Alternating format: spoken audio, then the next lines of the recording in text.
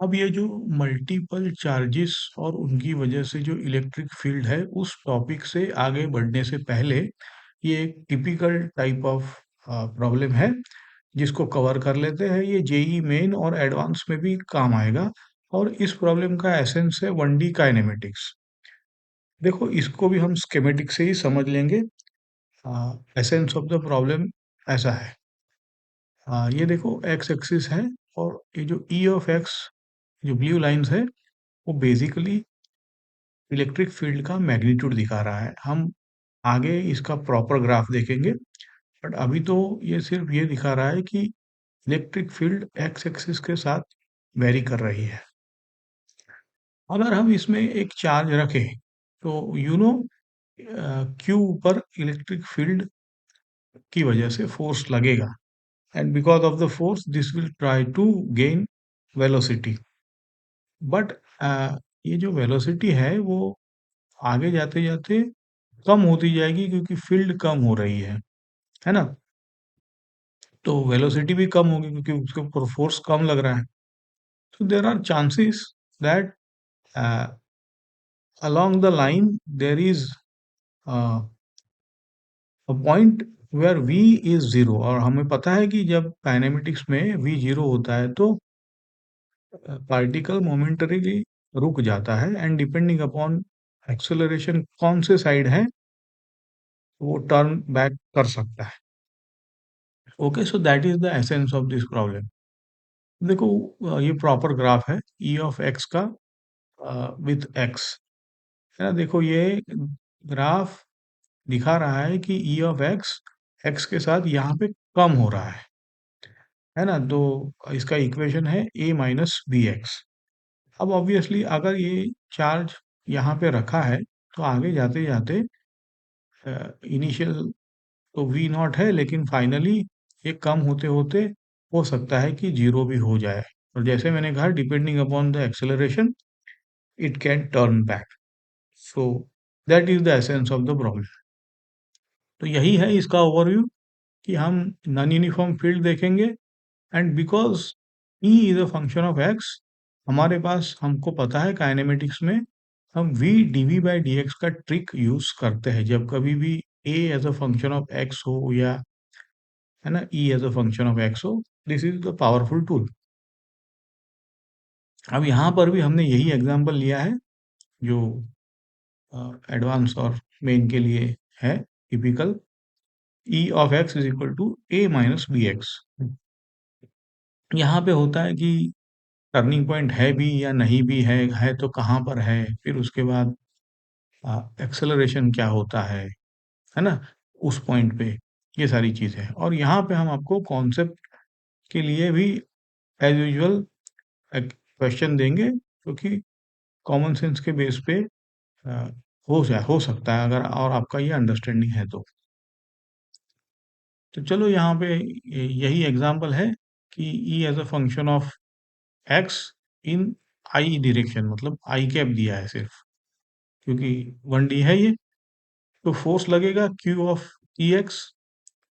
Okay, अब हम लिखेंगे न्यूटन का जो एम ए, फोर्स को हम एम ए ही लिखते हैं और क्या। तो देयरफॉर ये 1D है तो एम ऑफ ए एक्स लिखेंगे, सिर्फ एक्स में लग रहा है, is equal to Q of E X, है ना?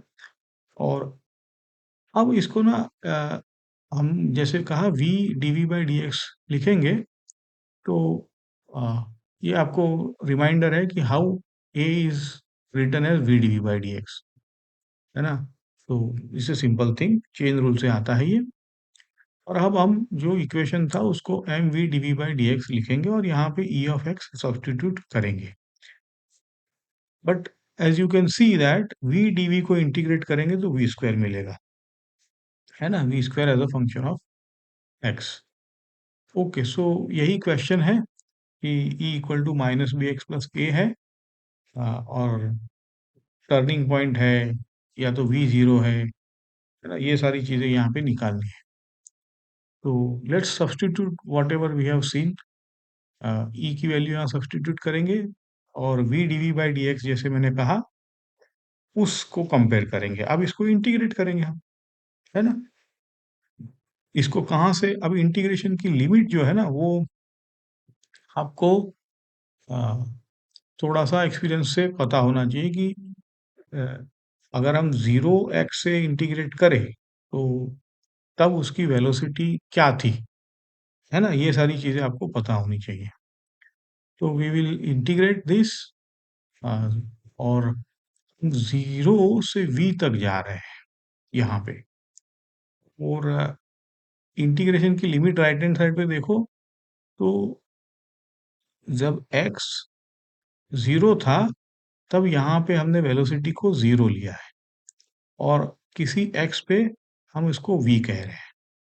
और ये x प्राइम इसलिए है क्योंकि हम रनिंग वेरिएबल ले रहे हैं, डोंट वरी अबाउट दैट।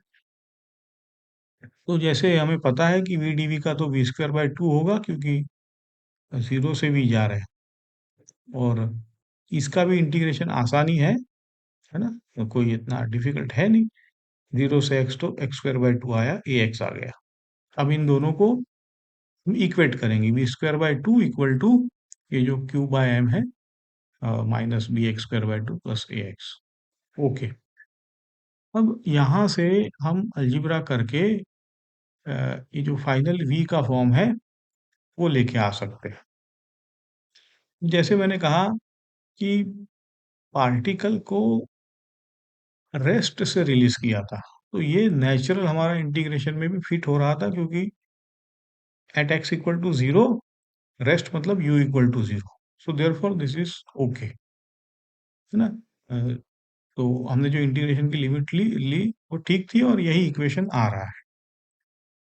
अब इसमें हम फॉर गिवन x अगर डाले तो v मिलेगा, और अगर गिवन v डाले तो x मिलेगा, यही तो है।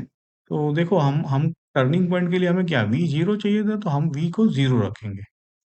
तो जैसे ही v 0 रखेंगे हमको x मिलेगा, क्योंकि x स्क्वायर है तो दो रूट मिलेंगे। तो एक है 0 और दूसरा है देखो 2a/b। अब 0 तो हमें पता ही है, मतलब वो तो ट्रिवियल रूट हो गया।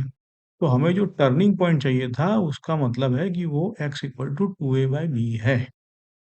ओके, देखो यही चीज हमने फाइंड कर ली कि यही हमारा टर्निंग पॉइंट है 2a/b।